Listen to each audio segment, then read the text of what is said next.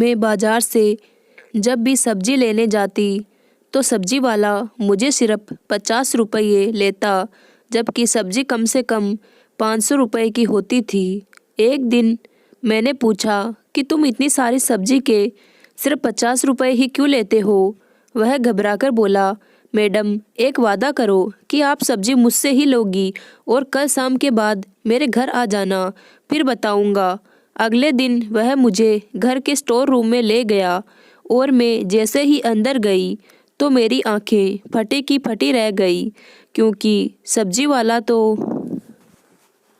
रिश्ते साए सगे हो या सौतेले, अगर निभाने की चाहत हो तो इंसान खुशी खुशी हर रिश्ता निभा सकता है। मेरा बेटा बीमार था, मेरे पास उसकी दवाई के पैसे तक नहीं थे। मैंने बड़ी मुश्किल से किसी से 1000 रुपये उधार लिए। मुझे उम्मीद थी कि वह मेरी मदद ज़रूर करेगी और पैसे लेकर मैं घर आ गई। मैंने पहले तो यह सोचा कि बच्चों को डॉक्टर के पास लेकर जाऊंगी, लेकिन फिर ख्याल आया कि खाली पेट दवाई असर नहीं करती, तो फिर खाली पेट दवाई खाने का कोई फ़ायदा नहीं होगा।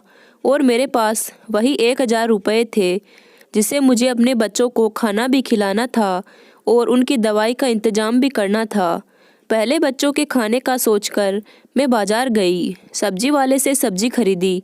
वही 1000 रुपये मेरे पास थे और डरते डरते मैं उन पैसों में से 500 का नोट उसे दिया कि ना जाने कितनी महंगी सब्जी होगी, लेकिन उसे सब्जी वाले ने मुझे 450 रुपये वापस कर दिए। जब घर आकर मैंने पैसे गिने तो मुझे लगा कि उससे गलती हो गई है, क्योंकि उसके पास बहुत भीड़ थी। मेरे दिल ने कहा कि वह बहुत गरीब आदमी है, वापस जाकर उसे उसके पैसे दे दूं, लेकिन दिमाग ने कहा शायद यह भगवान की तरफ से मदद है, पहले जाकर बच्चों की दवाई ले आती हूँ। मैं खुशी खुशी अपने बच्चों को डॉक्टर के पास लेकर गई और दवाई लेकर आई। बच्चों को खाना खिलाकर सुलाने के बाद मैं उस सब्जी वाले के बारे में सोचने लगी कि ना जाने बाद में उसे अपनी गलती का एहसास हुआ होगा तो वह कितना पछताया होगा। मेरे पास कुछ पैसे बच गए थे। मैंने दिल में सोच लिया कि सुबह सवेरे ही जाकर उसे बाकी के पैसे दे दूंगी और अगर काम पड़े तो उसे बता दूंगी कि मैं बाद में तुम्हें दे सकती हूँ। यकीनन वह मान जाएगा, लेकिन मुझे क्या मालूम था कि उस सब्जी वाले की गलती नहीं थी, बल्कि शायद मेरी गलती थी। मेरा रिश्ता एक गरीब घर से था। मेरे पापा शराबी थे और मेरी माँ लोगों के घरों में काम करती थी। मेरे पापा मेरी बड़ी बहन को जुए में हार गए थे, जिससे हम दोनों बहनें एक दूसरे से जुदा हो गई।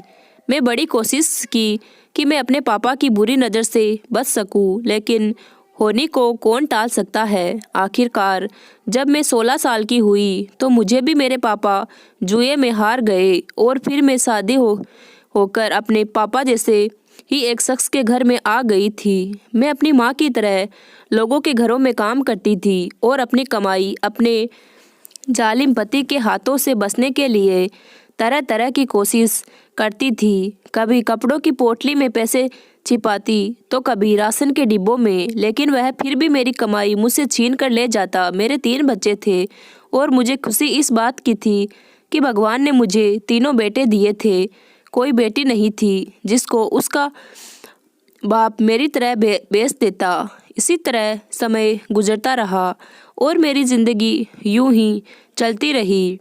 कभी हफ्तों बाद मेरे पति को मेरे घर की याद आती तो वह घर आ जाता और जो भी कीमती सामान उसे नज़र आता उसे उठाकर वह बेच देता।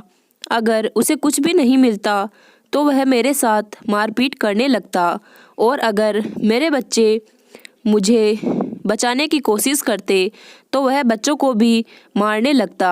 मुझे बस इस बात का सुकून था कि घर मेरा अपना था और वह यह घर बेच नहीं सकता था, क्योंकि मेरे ससुर जी ने मेरी शादी के बाद ही अपने बेटों की हरकतों को देखते हुए यह घर मेरे नाम कर दिया था। उन्होंने अपने जीते जी यह काम बहुत अच्छा किया। कम से कम मेरे बच्चों के सर पर छत तो है जो उनका बाप छीन नहीं सकता। मेरे आसपास के घरों में जो औरतें थी वह भी मेरे ही जैसी थी, मेहनत करती और अपने बच्चों का पेट पालती थी। आज छोटे बच्चों की बीमारी की वजह से मैंने एक ईमानदार इंसान का हक छीन लिया था और यह चीज़ मुझे चैन नहीं दे रही थी। कुछ दिन बाद जब बेटे की तबीयत कुछ बेहतर हुई और मुझे तनख्वाह मिल गई तो मैंने सोचा कि मुझे वह सब्जी वाले का उधार चुकता कर देना चाहिए। मुझे कुछ सब्जी भी चाहिए थी, इसीलिए मैं दोबारा बाजार गई। वह सब्जी वाले ने मुझे देखकर भी अनदेखा कर दिया और बाकी ग्राहकों को सामान देने लगा। मुझे उसके रवैये पर बहुत हैरत हुई कि शायद वह इसीलिए मुझे देखकर अनदेखा कर रहा है कि सबसे निपटा के वह मुझसे बात करेगा। खैर, मुझे तो उसके पिछले पैसे भी देने थे, लेकिन मैं पैसे देने की वजह से ही इस सब्जी वाले के पास आई थी, इसीलिए मैं चुपचाप खड़ी रही। सबसे निपट कर वह मेरी तरफ देखकर बोला कि क्या चाहिए। मैंने उसे बताया कि आपने पिछली बार मुझे ज़्यादा पैसे वापस कर दिए थे, लेकिन उसने मेरी बात को अनसुना कर दिया और पूछने लगा कि अभी क्या चाहिए। मैंने काफ़ी सब्जियों से बता दी और वह तौलने लगा। फिर सब्जियां तौलने के बाद मैंने उससे पूछा कि कितने पैसे हुए। वह मेरे चेहरे की तरफ देखने लग गया और जो उसने मुझसे कहा उसे सुनकर मुझे झटका सा लगा कि उसने मुझे सिर्फ 50 रुपये मांगे थे। मुझे लगा कि उसे गलती हुई है, इसीलिए मैंने 500 का नोट निकाल कर उसे दिया, लेकिन उसने 50 रुपये ही काट करके 450 वापस दे दिए। और जब मैंने उससे कहा कि सब्जी तो बहुत महंगी है, तो उसने मेरी बात काटकर दूसरे ग्राहक की तरफ लग गया। मैं हैरान होकर घर वापस आ गई और फिर यह रोज़ का हो गया। मैं जब भी उस सब्जी वाले की दुकान पर जाती, मैं जितने रुपए की भी सब्जी लेती, वह मुझसे केवल 50 रुपये ही लेता था। कभी कभार तो सब्जी 200 से 300 रुपये तक की भी होती, लेकिन वह मुझसे 50 रुपये से ज़्यादा नहीं लेता था और हमेशा इंतज़ार करता कि सारे ग्राहक चले जाएं या पहले वह मुझे सब्जी दे देता, ताकि मुझे सब्जी देने के बाद सबको सब्जी देगा, ताकि किसी को मालूम ना हो सके कि इतनी सारी सब्जी वह मुझे 50 रुपये में दे रहा है। शुरू में तो मुझे यह बात बहुत अजीब लगती थी। जब सब्जी के पैसों की बचत से मेरे घर की बहुत सी ज़रूरत पूरी होनी शुरू हो गई, तो मैं भी हमेशा सब्जी लेने के लिए उसी दुकान पर जाना शुरू कर दिया। कम से कम 3 महीने हो चुके थे। मैं रोज़ाना सब्जी लेने जाऊँ या हफ्ते में एक बार जाऊँ, मैं जब भी जाती वह मुझे 50 रुपये ही लेता था और अच्छी वाली सब्जी निकाल कर दे देता था। मैं अपने आसपास मौजूद किसी को भी इस बारे में नहीं बताया था, क्योंकि वह किसी को भी यह सबसे कम पैसों में नहीं देता था और मैं कोशिश करती कि बार बार उसके पास ना जाऊं, लेकिन उसकी सब्जी के बचे हुए पैसों से मैंने अपनी बहुत सी ज़रूरत पूरी करना शुरू कर दी थी और मैं अपने एक बेटे को सरकारी स्कूल में भी पढ़ने के लिए डाल दिया था। इसीलिए मुझे इससे ही सब्जी लेनी पड़ती, क्योंकि किसी और दुकान से लेने में मुझे सारे पैसे देने पड़ते कि मैं नहीं दे सकती थी। मैं हमेशा यह सोचकर जाती कि कैसे ज़रूर पूछूंगी कि 50 रुपये का मामला क्या है और वह मुझे यह सबसे इतने कम पैसों में क्यों देता है। लेकिन उसके लिए ज़रूरी था कि उसकी दुकान पर कोई ग्राहक ना हो। लेकिन जब भी मैं जाती उसकी दुकान पर ग्राहक होते थे। कभी मेरी सब्जी खरीदने के दौरान आ जाते तो कभी पहले से ही मौजूद होते थे। मुझे इससे बात करने का मौका नहीं मिलता था। इस सारे मामले में उसकी कोई गलत मकसद होता तो मैं एक औरत थी, मुझे अंदाज़ा हो जाता उसकी गलत नीयत का, लेकिन उसका ऐसा कोई इरादा नहीं था, क्योंकि वह मुझे नज़र उठाकर भी नहीं देखा था, बल्कि वह किसी औरत को नज़र भरकर भी नहीं देखा था और यह बात उसकी शराफत की दलील थी। सवाल यह था कि अगर वह मेरी गरीबी की वजह से तरस खाकर मेरी मदद करना चाहता है, तो ऐसे तो बहुत लोग थे जिनको मदद की ज़रूरत थी। कि लोग तो ऐसे भी थे जो 2-3 दिन तक भूखे रहते थे, तो वह उन लोगों की मदद क्यों नहीं करता, मेरी मदद क्यों करता है।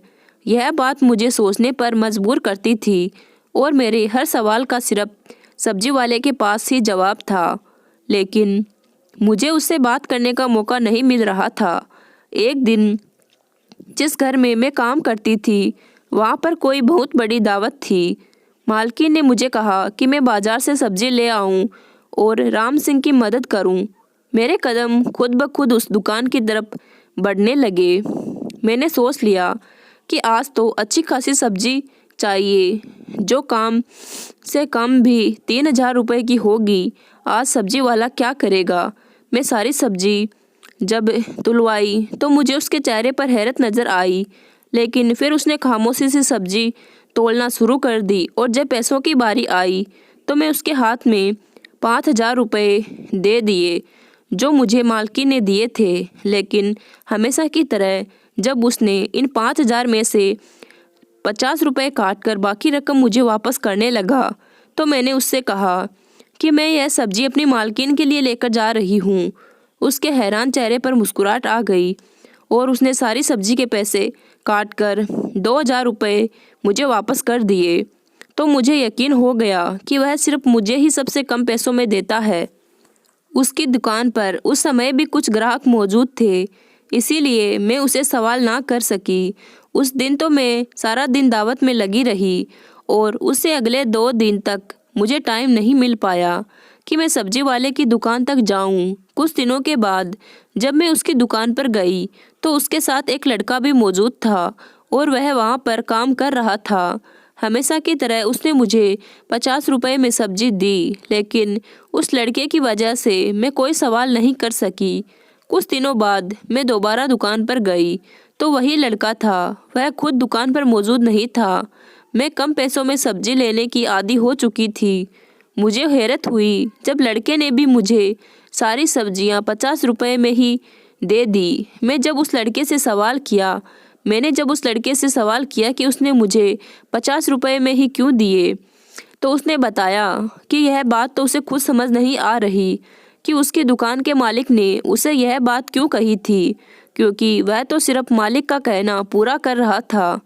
दुकान के मालिक ने उससे कहा था कि मैं जब भी यहाँ आऊँ, किसी भी समय कोई भी चीज़ लूँ तो सिर्फ 50 रुपये ही लेना। मैं आज भी सब्जी ली, उसकी कीमत 300 रुपये जितनी थी, लेकिन उसने मुझसे 50 रुपये ही लिए। मैंने उससे पूछा कि अब तो मैं और भी ज़्यादा हैरत में पड़ गई थी और मुझे अपने सवालों के जवाब भी चाहिए, क्योंकि अब अक्सर दुकान पर वह लड़का हुआ करता था और वह सब्जी वाला खुद नहीं होता था।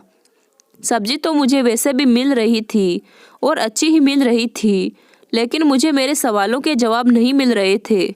उन दिनों यह हुआ था कि मेरे दोनों बड़े बेटे स्कूल जाना शुरू हो गए थे और मुझे अच्छे भविष्य की उम्मीद नज़र आ रही थी, और यह सब उसे कम कीमत सब्जी की वजह से ही मुमकिन हुआ था, क्योंकि उससे पहले तो मैं सिर्फ बच्चों के 2 वक्त की रोटी पूरी करने के लिए सोचती रहती थी। लेकिन जब मेरे पास बचत के कुछ पैसे आना शुरू हुए तो मैं उनकी पढ़ाई के लिए भी सोचना शुरू कर दिया था। अब मुझे कुछ उम्मीद नज़र आ रही थी कि मेरे बच्चे पढ़ लिख कर किसी मुकाम पर पहुंच जाएंगे और शायद मेरी ज़िंदगी अब आसान हो जाएगी। जब यह सिलसिला चल पड़ा तो मैं ज़्यादा पढ़े लिखे तो नहीं थी, लेकिन हिंदी किसी हद तक पढ़ लेती थी। इसीलिए अपने तरीके से मैं सब्जी का हिसाब लिखना शुरू कर दिया, और वह इसीलिए कि मेरे दिल में यही ख्याल था कि कभी ज़िंदगी में मेरे पास इतने पैसे हुए तो सब्जी वाले का सारा उधार एक बार में ही चुका दूंगी। सब्जी वाले का यह राज मैंने अपने बच्चों को भी नहीं बताया था, क्योंकि बच्चे बात करते हुए अगर अपने दोस्तों से कह देते तो मेरे लिए मुश्किलें खड़े हो जाती, क्योंकि सबसे पहली बात मेरे किरदार पर आ जाती। और मैं गरीब ज़रूर थी, लेकिन अपने किरदार की गलत नहीं थी। लेकिन यह बात तो कोई समझता नहीं, और जब मुझसे सवाल करने लगते कि वह कितने कम पैसों में तुम्हें सब्जी क्यों देता था। इन सब मामले को लगभग 7-8 महीने हो चुके थे और अभी तक मैं उससे बंदे से सवाल नहीं कर सकती थी। और आखिरकार एक दिन मुझे मौका मिल ही गया। मैं शाम को देर से काम पर से आ रही थी, इसीलिए सब्जी लेने देर से गई। उस वक्त दुकान पर सब्जी वाला खुद मौजूद था। वह दूसरा लड़का आज नहीं था और कोई ग्राहक भी नहीं था। मैंने जाने के साथ ही उस सवाल किया कि तुम यह सब्जी 50 रुपए में ही क्यों देते हो और इसकी वजह क्या है कि तुम मेरी इस तरह से मदद करते हो। तो उसने मुझसे कहा कि मुझे सिर्फ यह बताओ कि क्या इस वजह से तुम्हारी किसी तरह की मदद हो सकती है। तो मैंने उसे बताया कि मैं अपने दोनों बच्चों का स्कूल में एडमिशन करा दिया है और घर के बहुत से छोटी मोटी चीज़ें मैं ले ली है जो पति की नज़र से बचा कर रखी है। उसने कहा कि मैं यही चाहता था कि तुम्हारी मदद हो जाए। आज तक मैं तुम्हारी तरफ गलत नज़र से कभी नहीं देखा और यह बात तुम भी जानती हो। मेरा मकसद सिर्फ तुम्हारी मदद करना था, लेकिन मेरा सवाल तो वही का वही था कि अगर वह मदद करना चाहता था तो यहाँ पर बहुत से लोग हैं जिनकी उसकी मदद की ज़रूरत है, क्योंकि जिस जगह वह उसकी दुकान है उसके आसपास हम गरीब लोग ही रहते थे। वहाँ तो सभी गरीब थे, तो वह मेरी मदद ही क्यों करता था। जब मैं यह सवाल उससे किया तो वह घबरा गया और रोकर कहने लगा कि आपका सवाल का जवाब तो मेरे पास है, लेकिन मैं देना नहीं चाहता। मैं जब उसे जिद की कि वह मेरे सवाल का जवाब दे या मैं उसे सब्जी नहीं खरीदूंगी, तो वह और ज़्यादा परेशान हो गया और उसने मुझसे वादा लिया कि वह मुझे मेरे हर सवाल का जवाब देगा, लेकिन सब्जी हमेशा मैं उसी की दुकान से लूँगी। मैंने उससे वादा कर लिया। तो उसने कहा कि कल शाम के बाद मैं उसके घर पर आ जाऊं और मुझे मेरे हर सवाल का जवाब वहीं पर देगा, लेकिन मैं उसके घर नहीं जाना चाहती थी।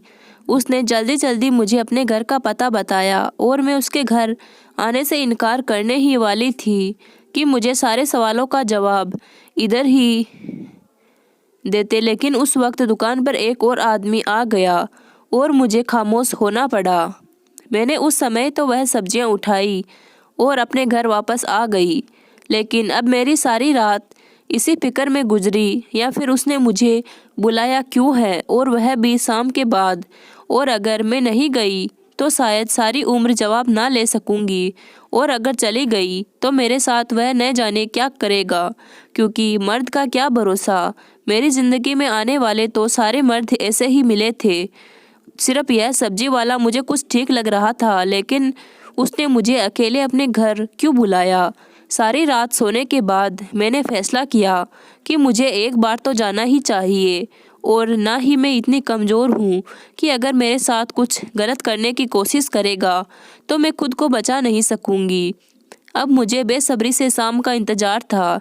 मैं जल्दी काम से वापस आ गई और छोटे बेटे को अपने दोनों बेटों के पास छोड़कर और उनको सख्ती से समझा कर घर से बाहर मत जाना, मैं थोड़ी देर में आ जाऊंगी, एक ज़रूरी काम से जा रही हूँ।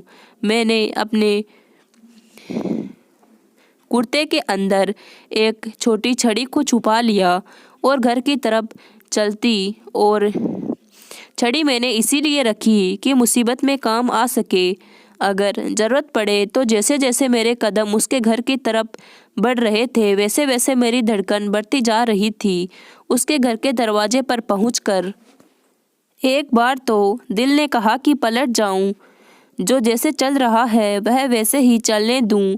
मुझे क्या ज़रूरत है सवाल करने की, मेरे तो ज़रूरत है पूरी हो रही है और मेरे बच्चों को भी खाना मिल रहा है और उनकी अच्छी पढ़ाई भी हो रही है और मेरे घर की ज़रूरतें भी पूरी हो रही है। मुझे इस राज को राज ही रहने देना चाहिए, लेकिन मेरे अंदर की आत्मा मुझे चैन नहीं दे रही थी और बार बार मेरे अंदर यह बात आती कि एक बार अंदर जाना चाहिए। उसके बाद मैंने दरवाज़ा खटखटाया। दरवाज़ा खटखटाने के बाद मेरा दिल और तेज़ धड़कने लगा और मुझे यहाँ आने का फ़ैसला गलत लगने लगा। उससे पहले कि मैं यहाँ से पलट जाती दरवाज़ा खुल गया और मुझे दरवाजे पर सब्जी वाले की सूरत नज़र आई। मुझे दरवाजे पर खड़ा देखकर उसके चेहरे पर मुस्कुराहट नज़र आने लगी और उसने मुझे अंदर आने के लिए कहा। अब जब यहाँ तक आ ही गई तो आगे ही मुझे हिम्मत करनी थी। मैंने डरते डरते घर के अंदर कदम रखा और बाजू के अंदर छुपी हुई छड़ी पर अपनी पकड़ बना ली। जब मैं अंदर कदम बढ़ाए, अंदर आते ही उसने तुरंत लाइट चला दी और रोशनी होते ही जिस चीज़ पर मेरी नज़र पड़ी तो मैं एकदम से चौंक गई। मुझे यूँ लगा कि जैसे कमरे की छत मेरे सर पर आ गई हो। जब मेरे पति के हाथों मुझे मेरे माता पिता ने बेचा था, उसके बाद से मेरा अपने माता पिता से कोई संबंध नहीं था। मुझे नहीं पता था कि मेरी बहन या माता पिता किस हाल में है, और मैं तो यह समझ लिया था कि वह मेरे लिए मर चुके हैं, और कभी भूलकर भी उनके बारे में नहीं सोचा था। कभी कभी मुझे मेरी माँ का ख्याल आ जाता था, लेकिन शादी के 3 साल बाद ही मेरी माँ को भी मेरे पिताजी किसी जगह जुए में हार गए थे, और उसके बाद कुछ पता नहीं कि उन सब को मारा हुआ मानने के बाद तो कभी सोचा भी नहीं था कि उनसे सामना होगा। स्टोर रूम के बिस्तर पर मुझे अपने पिताजी लेटे हुए नज़र आए, और मुझे उन्हें देखकर और ज़्यादा नफ़रत का एहसास हुआ कि हम लोग जिस हाल में भी हैं सिर्फ उसी आदमी की वजह से हैं। लेकिन उनकी हालत इतनी ख़राब थी कि उनसे तो नफ़रत भी नहीं कर पा रही थी। मेरे पीछे मौजूद सब्जी वाले ने मुझसे कहा कि आपने इनको पहचाना। मेरे तो ज़बान बंद हो चुकी थी। मैं उसे क्या जवाब देती। मेरी हालत देखकर उसने कहा कि यह आदमी आपके पिताजी हैं, सिर्फ आपके नहीं बल्कि मेरे भी। मैं आपका भाई हूँ। और यह सुनकर मुझे तो आश्चर्य हुआ और बहुत बड़ा झटका लगा। ऐसा कैसे हो सकता है? यह आदमी मेरा भाई कैसे हो सकता है? क्योंकि हम तो सिर्फ 2 ही बहनें थी। मुझे तो लगा कि आज इतनी बड़ी बिजली गिरने के बाद और इसके अलावा कोई और झटका मैं सह नहीं पाऊंगी। मैं आगे बढ़ी और पिताजी की हालत देखी तो मेरी आंखों में आंसू आ गए। उनको पुलिस का अटैक हुआ था और वह जुबान से बोल भी नहीं पा रहे थे, हाथ भी नहीं हिला सकते थे, सिर्फ मुझे देखकर रो रहे थे। मैंने उस सब्जी वाले से जो कि मेरा भाई था उससे पूछा कि यह सब क्या है? तो मेरे भाई कैसे हो सकते हो? तो हम तो 2 बहनें थी, और फिर यह तुम्हारे पास कैसे? उसने मुझे बताया कि मेरी शादी के 1 साल बाद ही मेरे माताजी को यह एक जुए में हार गए थे, लेकिन हमें जुए में हारने से पहले इन्होंने खुद एक औरत को जुए में जीता था, जिसे वह अपने घर पर तो नहीं लेकर आए थे, एक और जगह रखा था। सब्जी वाला इस औरत से मेरा भाई था। उसके जन्म देते ही वह औरत मर गई, और भगवान का करिश्मा तो देखो, जिसकी वह बहन थी और उसी के हाथों मेरे माताजी का दोबारा विवाह हुआ। मेरी माँ ने ही उसकी परवरिश की है और उसे अच्छे बुरे की समझ थी। जब वह कुछ समझदार हुआ तो उन्होंने उसकी सारी बात बताई ताकि वह भी अपने पिता की सूरत पर न जाए। और 3 साल पहले ही हमारी माँ का देहांत हो चुका है, और जब यह कुछ बड़ा हुआ तो उसने अपनी बहन की जानकारी लेने की कोशिश की। पता चला कि वह तो शादी के बाद ही बच्चे को जन्म देते हुए मर गई, और उसके साथ उसका बच्चा भी मर गया था। अब इस दुनिया में उसके रिश्तेदार थे, एक बहन और एक पिता। उसने हम दोनों के बारे में जानकारी हासिल करने की कोशिश की, और उसके साथ ही पढ़ाई न करने की वजह से वह कोई नौकरी भी नहीं कर सकता था, इसीलिए सब्जी का ठेला लगाना शुरू कर दिया। वह मेहनत से दिल लगाकर काम करता था और उसकी इज्जत भी बहुत थी। समझ में एक दिन उसके पिताजी मिले, और जिस हालत में वह उसे मिले उस पर उसे तरस आ गया, और वह उन्हें अपने घर ले आया। और अब वह पिताजी की देखभाल के लिए उसने दुकान पर लड़का रखा हुआ था, क्योंकि वह पिताजी के पास घर पर खुद ही रुकता था, क्योंकि पिताजी से बोल भी नहीं जा सकता था और ना ही कुछ और ना ही कुछ खा सकते थे। और मेरे बारे में उसने जानकारी हासिल की। मेरे बारे में जानकर उन्हें बहुत दुख हुआ, इसीलिए वह अपने हिसाब से मेरी पूरी मदद करने की कोशिश की।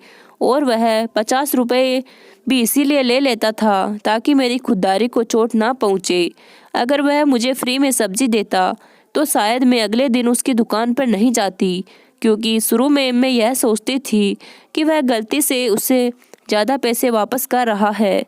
लेकिन जब उन पैसों से मेरे घर की ज़रूरत पूरी होना शुरू हुई तो मैं खुद ही उसकी दुकान की तरफ जाने लगी और वह जानबूझकर मेरे किसी सवाल का जवाब नहीं देता था। और यह गरीब भाई कि अपनी गरीब बहन के लिए मदद की कोशिश थी। यह सब सुनकर मेरी आंखों में आंसू छलक पड़े और मैं भगवान का धन्यवाद किया कि भगवान ने मुझे अगर पति और पिता की सूरत में अच्छे इंसान नहीं दिए तो भाई की सूरत में एक अच्छा इंसान दे दिया। और दिल ही दिल में सोच रही थी कि मैं अपने तीनों बेटों को सही रास्ते पर चलाऊंगी, पढ़ाई के साथ साथ उनकी परवरिश भी अच्छी करूंगी। इससे पहले मैंने उनकी परवरिश पर कभी ज़्यादा ध्यान नहीं दिया था और उसके साथ ही मैं खुले दिल से अपने पिताजी को माफ़ कर दिया, क्योंकि उन्होंने जो हमारे साथ किया था उसकी सज़ा उन्हें ज़िंदगी में ही मिल चुकी थी और नरक में भगवान उनसे हिसाब लगा। और अपनी माँ की तरफ से भी मैंने उस आदमी को माफ़ कर दिया और अपने भाई से वादा किया कि मैं उसे घर आती जाती रहूँगी और पिताजी का ध्यान रखूँगी। जब मेरे पति के बारे में मेरे भाई ने बताया कि उसकी बड़ी मुश्किल से कुछ लोगों के जरिए उसने शराब छोड़ने वाले विभाग से एडमिट करवा दिया है और वह जल्द ही एक अच्छा इंसान की सूरत में आपके सामने आएगा, तो मुझे लफ्ज़ ही नहीं मिल रहे थे जिनके जरिए मैं अपने भाई का धन्यवाद कर सकूं, जो मेरी माँ का बेटा भी नहीं था लेकिन सिर्फ माँ की परवरिश का हक अदा करने के लिए अपनी तरफ से मेरी पूरी मदद करने की कोशिश कर रहा था। सच कहते हैं कि परवरिश का असर बहुत होता है। इसकी रगों में खून तो मेरे पिताजी का था, लेकिन परवरिश मेरी माँ की थी जो खून पर भारी पड़ गई। धन्यवाद दोस्तों मेरी कहानी को देखने के लिए। अगर मेरी कहानी आपको अच्छी लगी हो तो चैनल को सब्सक्राइब ज़रूर करें और वीडियो को लाइक एंड शेयर करें। धन्यवाद।